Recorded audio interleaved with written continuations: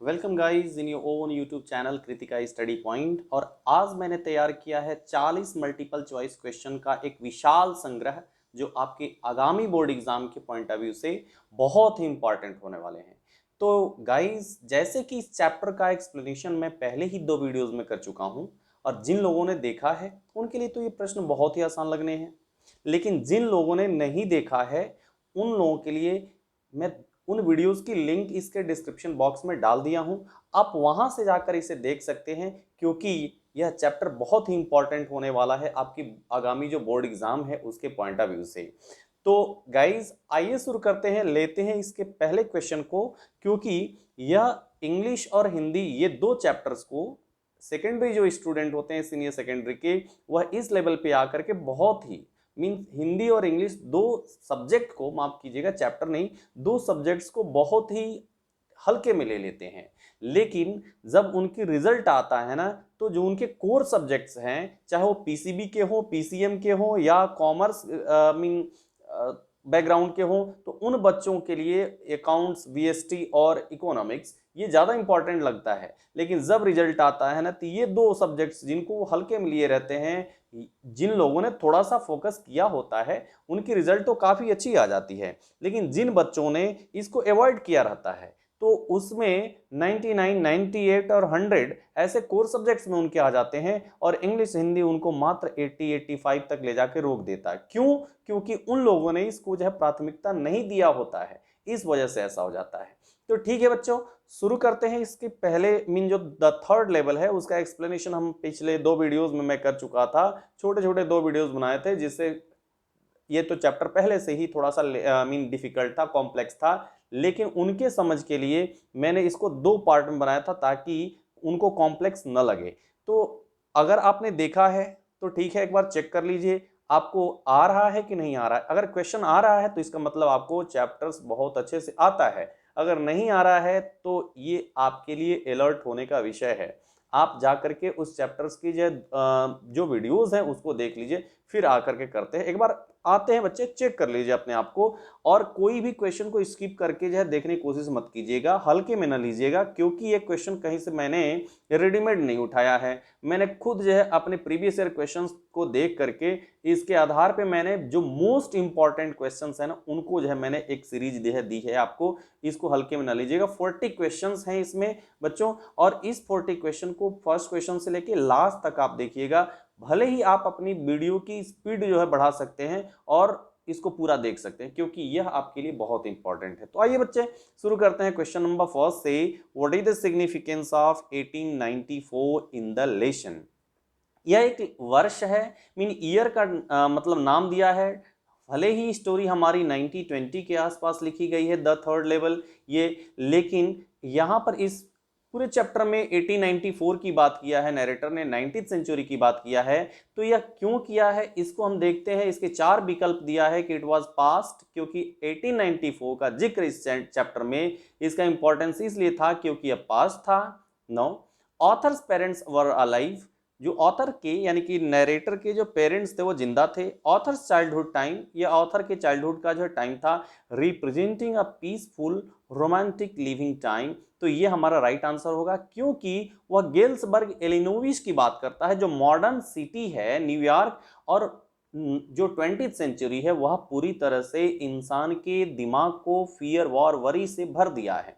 तो नरेटर जो है ना, टाइम ट्रेवल करके अपनी इमेजिनेशन के थ्रू, हेलुसिनेशन के थ्रू वह कहाँ जाना चाहता है, वह 1894 में जाना चाहता है, इसलिए वह ऐसी जो है कल्पना करता है। तो answer number question number first का आंसर जो हमारा होगा, राइट ऑप्शन होगा option number D, representing a peaceful romantic living time.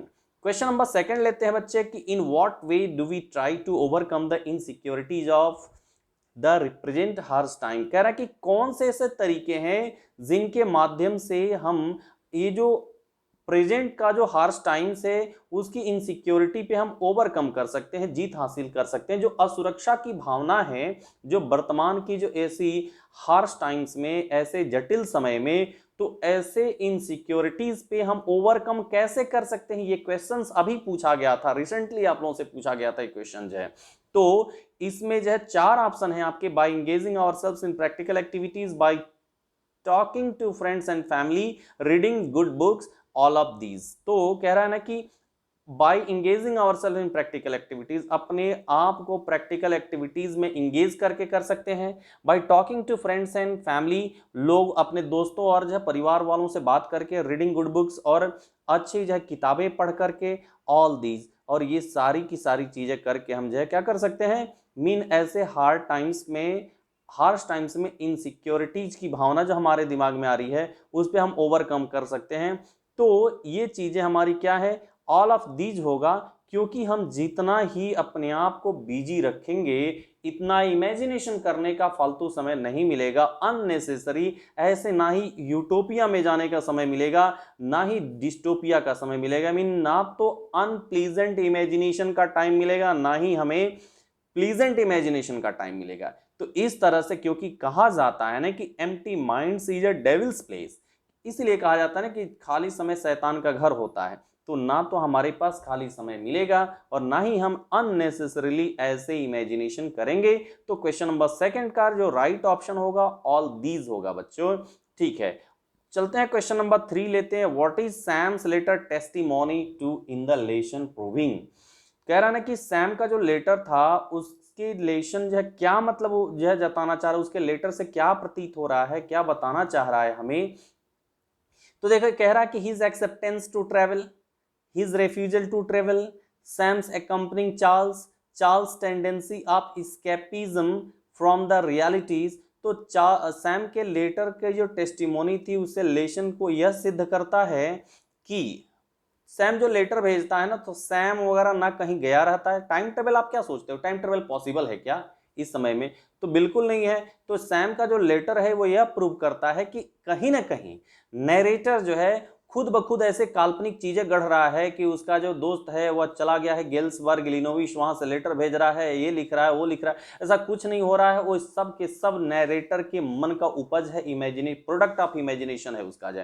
तो ये आंसर आपका नहीं होगा, हिज एक्सेप्टेंस टू ट्रेवल नहीं होगा, हिज रिफ्यूजल टू ट्रेवल नहीं होगा, सैम का जो है चार्ल्स के साथ है कंपनी जो है भी नहीं होगा। ये होगा ना, ये दर्शा रहा है कि जो अब बात किया टेस्टिमोनी की, जब हम टेस्टिमोनी आएंगे और जब लिटरल मीनिंग पूछेगा तो ये सैम एकम्पनिंग चार्ल्स हो जाएगा ये। बट यहां पर कह रहा है ना कि उसकी टेस्टिमोनी पूछ रहा है, इसलिए चार्ल्स की जो टेंडेंसी है वह रियलिटी से बचने की है, इसलिए सैम का भी बहाना लेकर के वह यह प्रूव करता है, उसके लेटर का भी जो है इमेजिनेशन करके वह प्रूव करने की कोशिश कर रहा है कि वह जो वर्तमान की रियलिटीज है उससे वह बच निकलने की कोशिश कर रहा है। लेते हैं अगला क्वेश्चन बच्चे। What is waking dream wish fulfilment, ये हमारा फ्रेज है और डेफिनेटली ये मोस्ट इंपॉर्टेंट क्वेश्चन होने वाला है आपकी पॉइंट ऑफ व्यू, एग्जाम के पॉइंट ऑफ व्यू से। तो कह रहा है कि वेकिंग ड्रीम विश फुलफिलमेंट, दीवा स्वप्न के जागृत अवस्था में मतलब पूरा होने को जो है क्या कहा जाता है, आप उससे क्या समझते हैं according to psychiatrist in the lesson. इस लेशन में साइकेट्रिस्ट के अनुसार इसका मतलब क्या है? तो ये कहा जा रहा है कि Charles finding a third level at Grand Central Station, sorry, Charles finding of a third level at Grand Central Station and realization of his wish to visit Galesburg, Illinois। अच्छा, एक ऑप्शन ये हो गया। ऑप्शन नंबर सेकंड की तरफ चलते हैं। Charles escapism, Charles escapism from realities and none. तो ऑप्शन नंबर हमारा यहाँ पर बच्चे फर्स्ट होगा, जो चार्ल्स क्या चाहता है कि वह गेल थर्ड लेवल पे जा करके और वहां से गेल्सबर्ग इलिनोइस का उसका सपना है वो तो पूरा होने जैसा है, वह इस तरह का रियलाइज करता है। तो हमारा ऑप्शन नंबर फर्स्ट होगा। क्वेश्चन नंबर 5 ले लेते हैं। What does the third level signify, कि थर्ड लेवल आखिर किस बात को जो है सिग्निफाई कर रहा है, उस किसका महत्व दर्शा रहा है थर्ड लेवल। तो ये ऑप्शन लेते हैं इसका कि a human tendency to escape from the harsh realities of the present to past happy times. कह रहा है कि ह्यूमन टेंडेंसी जो वर्तमान की प्रेजेंट की जो हार्श रियलिटीज हैं उनसे बच निकलना और कहाँ हैप्पी पास्ट टाइम्स, जो लेजर टाइम वाली शांति वाले समय, खुशनुमा जो समय हुआ करता था पास्ट की, उसमें जो है जाना। तो एक चीज है ये हो गया। दूसरा ऑप्शन है third way on grand Central station, तीसरा तरीका है जैसे ग्रैंड सेंट्रल पे जाने का, थर्ड गेट है ग्रैंड सेंट्रल का। तो नन है, कोई नहीं है। तो इसमें से तो ये तो बच्चे एकदम असंभव है, ये तीनों होगा ही नहीं। ये है क्या कि थर्ड लेवल ये दर्शा रहा है, जो ग्रैंड सेंट्रल का जो तीसरा तल हो ये बता रहा है कि इंसान प्रेजेंट से वो पास्ट में ट्रेवल कर रहा है और पास्ट की जो हैप्पी टाइम है उसमें जो है मतलब अपने आप को जो है वर्तमान से बच निकल करके और पास्ट में जो है वह समय बिताना चाहता है। तो ये हमारा क्वेश्चन नंबर 5 का जो राइट ऑप्शन होगा ए, ऑप्शन ए। ठीक है, क्वेश्चन नंबर 5 हो गया। क्वेश्चन नंबर 6 की तरफ चलते हैं। क्वेश्चन नंबर 6 कह रहा है कि what does the third level signify. फिर से वही क्वेश्चन है, माफ करिए यहाँ पर जो रिपीट कर दिया है। Question number 6। क्वेश्चन नंबर 7 लेते हैं, what was Jack's full name. और जैक फिनी का पूरा नाम क्या है। एक्सप्लेनेशन के दौरान मैंने बताया था बच्चों कि वॉल्टर ब्रैडन जैक फिनी उनका पूरा नाम था जो है क्या, Walter Braden Jack Finney. Stephen John Jack नहीं था, रे डगलस ब्राउडरी नहीं था, नन। तो ये 3 ऑप्शन नहीं होंगे। Walter Braden Jack Finney was the full name of the narrator Jack Finney. ठीक है, आगे चलते हैं क्वेश्चन नंबर 8 की तरफ। Why did Charlie visit Sam. Charlie visit के सैम के पास क्यों जाता है। तो सैम आप जानते हैं एक साइकेट्रिस्ट फ्रेंड होता है उसका, to consult the incident of third level incident at Grand Central station. उसे वो कंसल्ट करने जाता है, क्या करने के लिए, उसके थर्ड लेवल की जो इंसिडेंट हुई थी ग्रैंड सेंट्रल स्टेशन पे। तो उसका साइकेट्रिस्ट फ्रेंड था, अपने बहुत सारे दोस्तों से वो मिलता है लेकिन कोई भी उसको सेटिस्फाई नहीं कर पाता है। तो लास्ट में ये साइकेट्रिस्ट फ्रेंड है सैम, उससे अपनी बात कहता है, यही कंसल्ट करने के लिए। राइट ऑप्शन यही मिल गया हमें। ठीक है, 3 ऑप्शन देखने की जरूरत ही नहीं है। चले बच्चे आगे चलते हैं। Does the third level really exist at Grand central. Question number 9 कह रहा है कि क्या वास्तव में थर्ड लेवल ग्रैंड सेंट्रल पे था। हाँ, यस। ठीक है, दूसरा कह रहा है यस देयर वर 3 लेवल्स। हाँ, वहां 3 तल था। No there were only 2 levels at the Grand Central. नहीं, वहां पर जो है ग्रैंड सेंट्रल पे केवल 2 ही लेवल थे, नन और कोई नहीं। तो आप बताओ क्या क्या आंसर होगा। कह रहा है तो वास्तव में थर्ड लेवल था, तो बिल्कुल नहीं था बच्चे। ये इस वाले जो है तो गलत हो जाएगा। 3 लेवल्स बिल्कुल गलत होगा क्योंकि 2 ही लेवल हैं वहां, हार्टफोर्ड रेल रोड्स और दूसरा न्यू हेवन है। तो हमारा सही आंसर क्या होगा, no there were only 2 levels at the station. ठीक है, अगला क्वेश्चन लेते हैं, question number 10। Why was the narrator seeing this third level. Narrator जो है थर्ड लेवल को क्यों जो है देख रहा था, क्यों ढूंढ रहा था। As a wish to visit Galesburg, उसकी इच्छा थी क्या गेल्सबर्ग जब विजिट करना। Wanted to meet his friends, अपने दोस्तों से मिलना चाहता था। Wanted to take a break from office, office से छुट्टी जो लेकर के और समय बिताना चाहता था। As a result of stress and anxiety in his mind.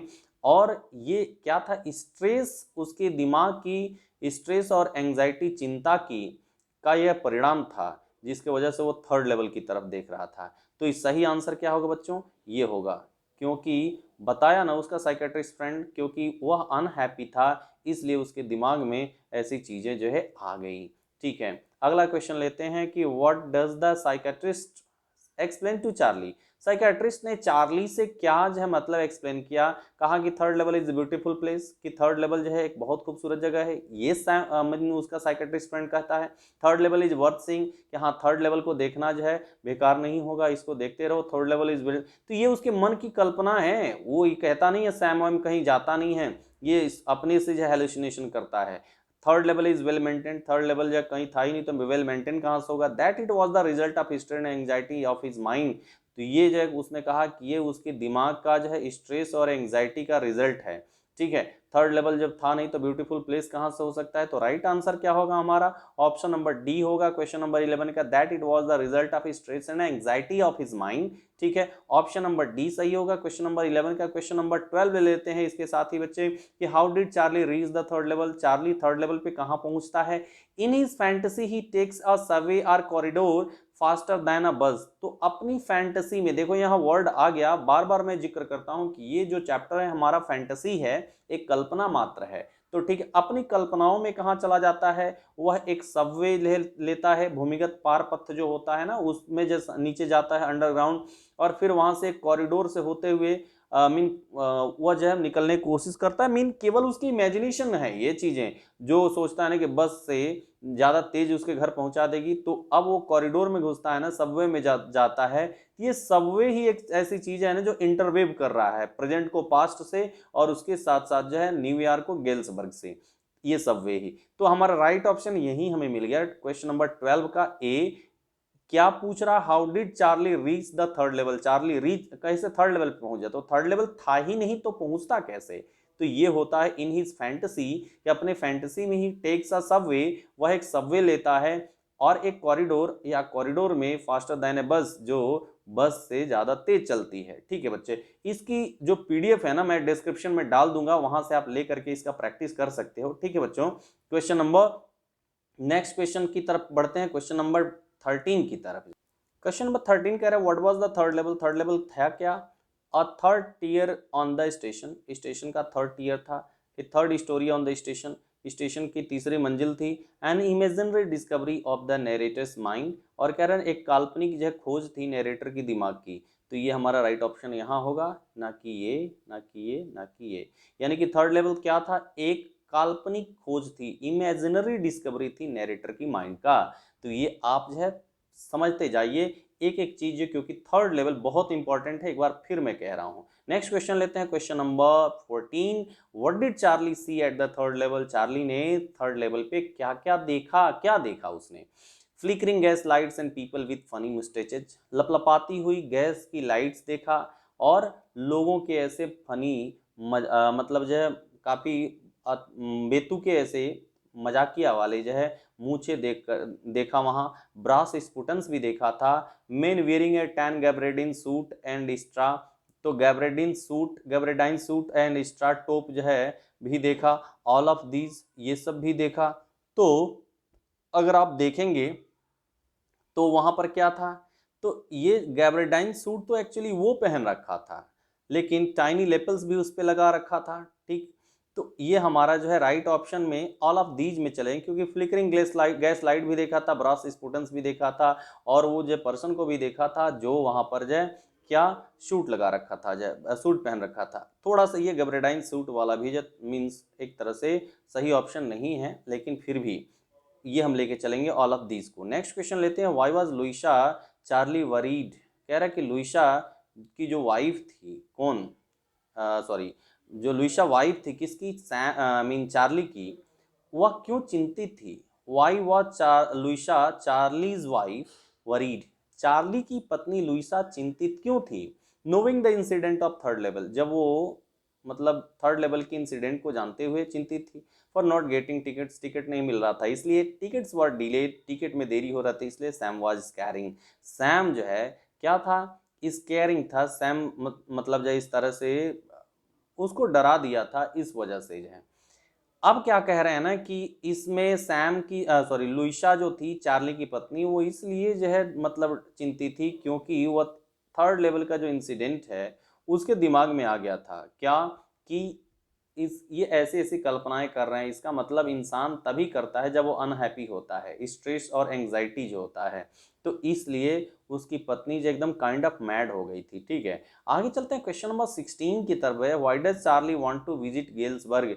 Galesburg Charlie क्यों जाना चाहता था? To escape from the troublesome world, ये जो समस्याग्रस्त जो है मुश्किलों से भरी हुई दुनिया थी उससे बच निकलने के लिए, इंजॉय करने के लिए जाना चाहता था, जैसे लोग गर्मी के दिनों में जाते हैं। टू सी ब्यूटीफुल लैंडस्केप, वहाँ की जो खूबसूरत जो लैंडस्केप थी वह देखने जाना चाहता। टू मीट हिज फ्रेंड्स, और अपनी दोस्तों से मिलने जाना चाहता था। नहीं, उसका एकमात्र कारण था कि इस ट्रबलसम वर्ल्ड से वह बच निकलना चाहता था और जाना चाहता था, क्योंकि ये फैंटेसी जय है। क्वेश्चन नंबर 17 लेते हैं, why do you think the third level was an escape for Charlie. आप जो है ऐसा क्यों सोचते हैं कि चार्ली के लिए जो थर्ड लेवल है एक तरह से उसके बच निकलने का तरीका था? ठीक है, तो यहाँ ऑप्शन ले लेते हैं कि because it existed eight the third story, क्योंकि यह था इस तीसरे मंजिल पर स्थित था। Because Sam knew about it, क्योंकि सैम इसके बारे में जानता था। Because he shared it with Sam, क्योंकि इसने सैम के साथ जो शेयर किया था। Because it existed only in his fantasy and not in reality, क्योंकि यह जो है सिर्फ और सिर्फ उसकी फैंटेसी में स्थित था, उसका मतलब जो एग्जिस्टेंस था रियलिटी में नहीं था। तो थर्ड लेवल का जो एग्जिस्टेंस था उसकी सिर्फ और सिर्फ किसमें, फैंटेसी में, रियलिटी मतलब जो एग्जिस्टेंस था, ना कि उसकी रियलिटी में। तो हम इस आधार पे कह सकते हैं कि जो थर्ड लेवल था वह चार्ली के लिए उसके स्केप का एक तरीका था। ठीक है, क्वेश्चन नंबर 18 लेते हैं बच्चों, what is first day cover. आ गया क्वेश्चन। ठीक है, फर्स्ट डे कवर क्या है? तो फर्स्ट डे कवर मैंने बताया था कि जब कोई नया टिकट जारी होता है तो जितने भी फिलाटेलिस्ट होते हैं, one who collects the stamp is called philatelist. तो जो स्टैम्प कलेक्ट करते हैं वो लोग क्या करते थे, जो पहले दिन स्टैम्प जारी होता था उसको खरीद लेते थे, एक इन्वेलप पे अपने घर का पता लिखते और फिर उसके बाद से उस पर स्टैम्प चिपका करके उस पर पोस्ट मार्क लगवा लेते, मुहर लगवा लेते, ताकि डेट सर्टिफाई हो जाए और उस इन्वेलप के अंदर एक ब्लैंक पेपर डाल करके और अपने घर जो है वाले पते पे भेज देते, जिससे वह सर्टिफाई हो जाए और उसको अपने घर शामिल कर लेते थे उस इनवेलप को, और उसको जो है फर्स्ट डे कवर कहा जाता था। तो फर्स्ट डे कवर क्या था, तो a new stamp gets the postmark and date, सही सही आंसर हमें यही मिल गया। ठीक है, a new stamp gets the postmark and date, gift नहीं था, गिफ्ट रैपर भी नहीं था, a gift wrapped in beautiful wrapper ये भी नहीं था। ठीक है, अगले क्वेश्चन की तरफ बढ़ते हैं। हाउ डज द स्टोरी इंटरवेव, सही आंसर, एक कॉम्प्लेक्स और इंपॉर्टेंट क्वेश्चन आया है यहाँ से।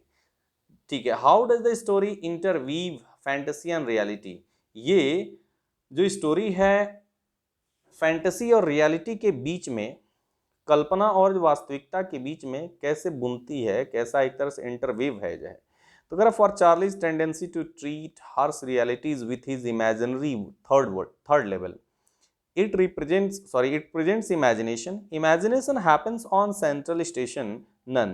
तो चार्ली की जो टेंडेंसी थी, जो हार्श रियलिटी थी उसको ट्रीट करने का, अपने इस इमेजिनरी थर्ड लेवल के माध्यम से, तो ये क्या करता है कि ये थर्ड लेवल न्यूयॉर्क सिटी क्या हो गई, प्रेजेंट को दर्शा रही है, वो हकीकत है रियलिटी में है। जबकि जो गेल्सबर्ग इलिनोविस है, तो गेल्सबर्ग क्या है बच्चे, ये एक इमेजिनरी प्लेस है और ये पास्ट को रिप्रेजेंट कर रहा है। अमेरिका 20वीं सदी का शहर न्यूयॉर्क है, 19वीं सदी का शहर जो है वो भी टाउन है, सिटी नहीं है, गेल्सबर्ग है। इन दोनों के बीच जो है रियलिटी और फैंटेसी, गेल्सबर्ग फैंटेसी है और जबकि रियलिटी न्यूयॉर्क है, और दोनों के बीच में एक इंटरवीव करता है। और क्यों करता है, इसकी जो टेंडेंसी है कि अपनी लाइफ की जो रियलिटी है उनसे बच निकल करके और ऐसे ही इमेजिनरी थर्ड लेवल की जो जिक्र करना। ठीक है बच्चों, आगे चलते हैं। तो हमारा राइट ऑप्शन होगा क्वेश्चन नंबर 19 का, क्वेश्चन ऑप्शन नंबर ए। जल्दी जल्दी लेते हैं क्वेश्चंस को। ठीक है बच्चों, आगे चलते हैं क्वेश्चन नंबर क्वेश्चन नंबर 20 को लेते हैं। What specific difference did Charlie notice eight the third level of grand central. तो ग्रैंड सेंट्रल पे कौन सी जो है स्पेसिफिक चीज जो है उसने, स्पेसिफिक डिफरेंस उसने ध्यान दिया, नोटिस किया।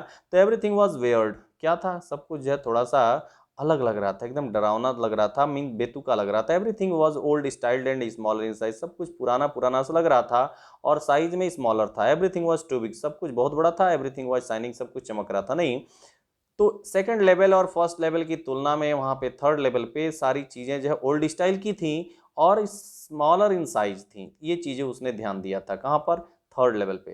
तो बच्चों ये था क्वेश्चन नंबर 20। क्वेश्चन नंबर 21 की तरफ चलते हैं। क्वेश्चन नंबर 21 कह रहा है कि why where was Charlie ducked on central station. चार्ली जो है सेंट्रल स्टेशन पे कहाँ पे जो है, मतलब वो टकरा जाता है, कहाँ एंटर कर जाता है। तो सबसे पहले कहाँ टकराता है, तो इनटू रूम बैग, कहीं रूम में कोई जिक्र नहीं आया, ऑफिस का कहीं जिक्र नहीं होता है, स्टोर का कहीं जिक्र नहीं होता है।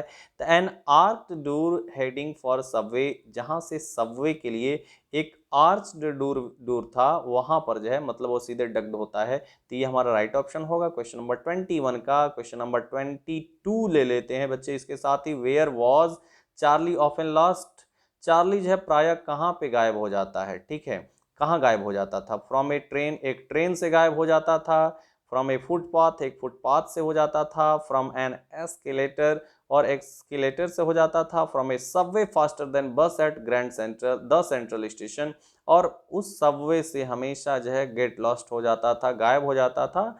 ये उसका जो है सही आंसर है। तो ऑप्शन नंबर 22 का क्वेश्चन नंबर 22 का ऑप्शन नंबर डी सही है हमारा।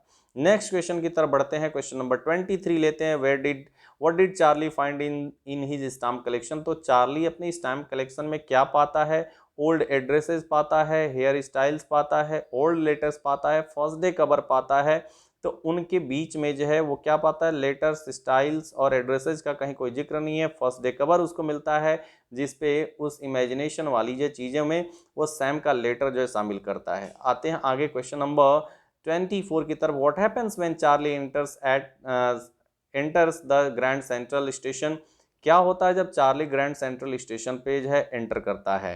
तो यहाँ पर है कि he finds a huge tree like station. वहाँ पर मीन स्टेशन पे ह्यूज ट्री के जैसे जो है, सॉरी, वह स्टेशन के जैसे ह्यूज ट्री पाता है। ठीक है, कहीं पेड़ का तो कोई जिक्र नहीं, ये जरूर कहा है कि स्टेशन जो है एक पेड़ के जैसे बढ़ रहा है, पेड़ नहीं पाता है। न्यू स्टेयर केसेस, सीढ़ियां नई नहीं पाता है, कॉरिडोर्स पाता है, टनल्स पाता है। हाँ, ये सही हो सकता है। Tree keeps spreading its roots throwing rooms and window. जब ट्री था ही नहीं तो अपने रूट्स को स्प्रेड कैसे करेगा भाई, और कैसे रूम को थ्रो करेगा। तो सही आंसर हमारा क्वेश्चन नंबर 24 का ऑप्शन नंबर बी होगा। ठीक है, क्वेश्चन अब आगे चलते हैं 25, question number 20। What convinced Charlie that he had reached the third level Grand Central Station and not the second level? Charlie को कैसे समझ में आता है कि ये थर्ड लेवल है ना कि सेकंड लेवल है, किस चीज से उसको समझ में आता है। A different world of gas lights and brass spittoons. एक अलग ही दुनिया थी किसकी, गैस लाइट्स की और ब्रास स्पुटन्स की, थूकदान जो रखी हुई थी। Beards of and moustaches of 1894। 1894 के दशक में जो मूछें रखी जाती थी और दाढ़ी जो रखे जाते थे उसको देख के newspaper with a date June 11 1894, और जो 11 जून 1894 का न्यूज़पेपर था उसको देखकर कि सारी की सारी चीज़ें सही हैं। ये सब चीज़ें देखा था। क्या, गैस लाइट्स और ब्रास स्पुटन्स का भी जिक्र है, बियर्ड्स और मुस्टैचेज का भी जिक्र है 1894 में, ड्रेस का भी इनफैक्ट जिक्र है कि किस तरह का ड्रेस उस समय चलन में था, और 11 जून 1894 का जो एक न्यूज़पेपर का हेडलाइंस था वहां पर क्या, द वर्ल्ड का, वो भी रखा हुआ था। इन सब का जिक्र जो है नैरेटर यहाँ पे करता है। ठीक है, तो अब आते हैं बच्चे अगले क्वेश्चन की तरफ जब बढ़ते हैं। ठीक, अगला क्वेश्चन है हमारा question number 27। Who had sent that first day cover and when. First day cover कौन भेजता है, तो उस सैम के फादर, सैम के अंकल, सैम का फ्रेंड, इन सब का जिक्र नहीं है। सैम और साइकेट्रिस्ट इन 1894। सैम एक साइकेट्रिस्ट है जो 1894 में गिल्सबर्ग जो है चला गया है। मीन उसके इमेजिनेशन में ही सैम भी जब चला जाता है, फिर वहां से वो लेटर भी भेज देता है। तो ये सैम जो उसका साइकेट्रिस्ट फ्रेंड था 1894 में, वह लेटर को भेजता है। तो ये हमारा जो सही आंसर होगा। क्वेश्चन नंबर 28 की तरफ बढ़ते हैं। Who signatures were there on the letter. तो लेटर चक्की सैम भेजा था तो उस पर सिग्नेचर किसका होगा, सैम का ही होगा। चार्ल्स के टीचर का नहीं होगा, चार्ल्स के फादर का नहीं, फ्रेंड का भी नहीं होगा, किसी और का नहीं, बल्कि सैम ने भेजा था तो सैम का सिग्नेचर था उस पर। ठीक है, अगले क्वेश्चन की तरफ बढ़ते हैं बेटा। What did the letter state. Letter जो है क्या कह रहा था, उसमें क्या कहा गया था, दैट एवरीथिंग ओके, कि सब कुछ सही है। That Sam is joining them, कि सैम भी जो है मतलब वो ज्वाइन कर रहा है उनको। The third level do exist, ये कहा गया था कि थर्ड लेवल वास्तव में है यार। Charlie was advise to keep looking at this worth seeing place. कहा कि चार्ली को यह सजेस्ट किया गया था कि आप देखना ना छोड़ो, यहाँ की कोशिश ना छोड़ो आने के लिए, क्योंकि थर्ड लेवल है। यह बात जो है मीन चार्ली को उसके दोस्त सैम ने भेजा था जो यह लिख करके, यह किस में, अपने लेटर में। यह भी अपने उस इमेजिनरी लेटर के थ्रू जो है यह प्रूव करने की कोशिश करता है नैरेटर की थर्ड लेवल था। तो सैम ने यह एडवाइस किया था। ठीक है, सैम से यह एडवाइस कराता है नैरेटर। ठीक है, अगले क्वेश्चन को लेते हैं बच्चे। क्वेश्चन नंबर 30 में आता है कि what was Sam invited for according to the letter. Sam को लेटर के अनुसार किस चीज के लिए इनवाइट किया गया था। तो इसमें कह रहा है फॉर ए पार्टी, पार्टी के लिए, टी पार्टी के लिए, बैचलर पार्टी के लिए, फॉर ए लेमोनेड पार्टी, नींबू का जो शरबत होता है उसको पीने के लिए चला गया था। क्योंकि 1894 के दशक में 19वीं शताब्दी में कोल्ड ड्रिंक वगैरह इस तरह का कोई कॉन्सेप्ट नहीं था। उस समय यही चीज़ें हुआ करती थी, लोग जो है जूस पीते थे, लेमोनेड पीते थे। तो इन्हीं चीज़ों के लिए सैम को इनवाइट किया गया था, जिसका जिक्र सैम ने अपने लेटर में किया था जय। ठीक है, अब क्वेश्चन नंबर 31 की तरफ बढ़ते हैं बच्चों। 31 में ये कहा गया what kind of appearances people had at third level. Third level पे जो लोग थे उनका अपीयरेंस किस तरह का था। And why did the clerk refuse to accept money. और क्लर्क ने जो वहां उस इंफॉर्मेशन बूथ या टिकट विंडोज पे बैठा था वह क्यों जब पैसे लेने से मना कर दिया। तो फनी एंड क्लर्क रेफ्यूज, मजाकिया था, और क्लर्क ने जब मैं मनी को एक्सेप्ट करने से जो है मना कर दिया, because it was currency of modern time, क्योंकि यह जो है करेंसी जो थी वह मॉडर्न टाइम्स की थी। वियर्ड थोड़ा सा बिल्कुल अजीब थी। नोट्स वर बिग, नोट जो है बड़े थे।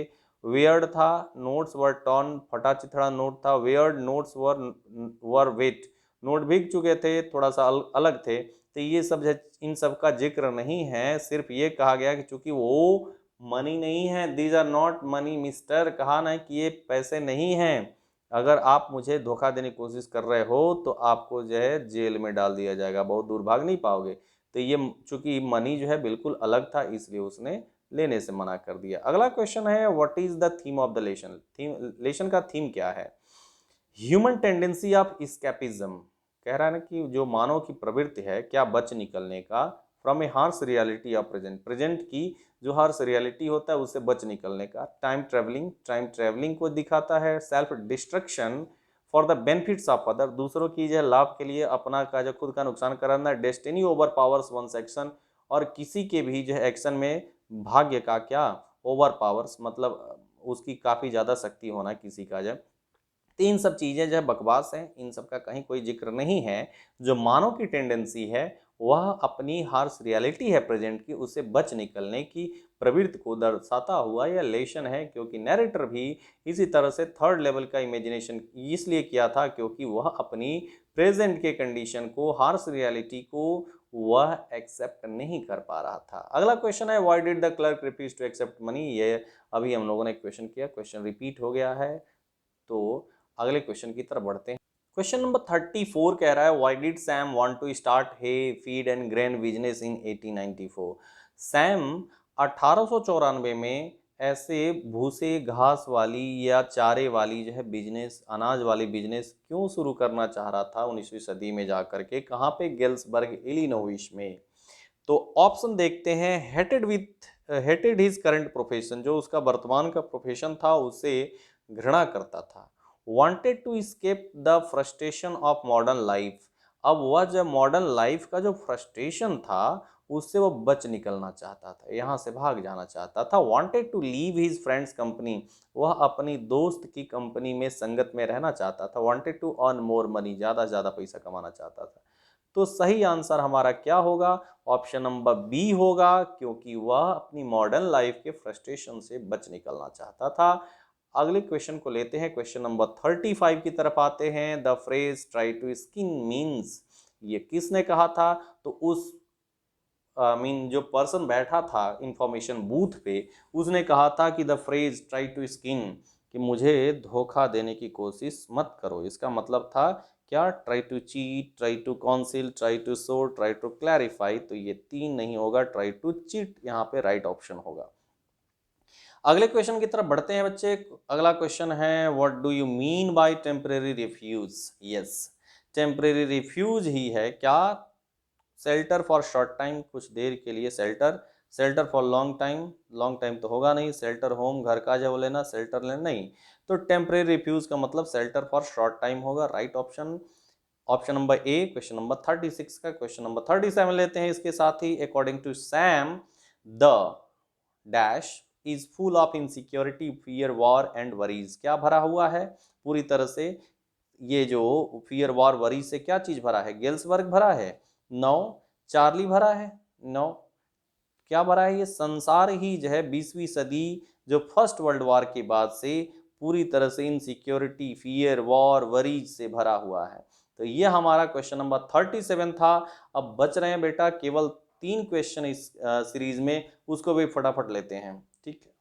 क्वेश्चन नंबर 38 कह रहा है, it's so happened that entered into A mile long, कह रहा है कि ऐसा होता है, हुआ क्योंकि जब मैंने एक लंबे से किसमें came out A lobby of Roosevelt hotel, और कहाँ निकल करके आया? रूसवेल्ट होटल की उस लॉबी में निकल के आया। टनल होगा, रूट होगा, रूम होगा, होटल होगा, क्या होगा यहाँ पे?